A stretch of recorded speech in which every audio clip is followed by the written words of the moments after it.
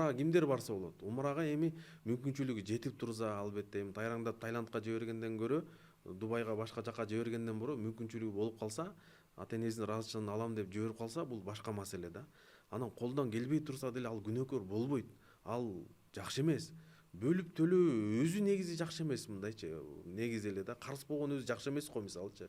Эгер сен ал нерсе аябай мындай зарыл эмес болуп турса, зачем бүгүнкү күндө мен деле бизде деле бөлүп төлөй айткан балдарга вообще алып салгыла. Бизде мындай болуп калат. Мисалы сиз биздин таанышыбызда.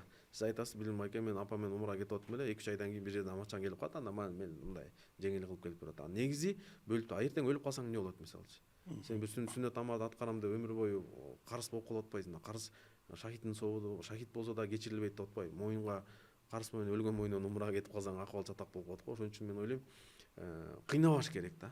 Колдон келсе мүмкүнчүлүк берсе акырын чоктоп шашпаш керек. Алла насип эткен болсо, Алла чакырам десе бир күнү чакырат. Бирок ал үчүн өзүн жеп, рассрочка алып, аны ай сайын төлөп, кыйналып, же бирдекесин сатып, имуществосун сатып умрага барган, бул андай нерсе жакшы эмес деп ойлойм да менчи.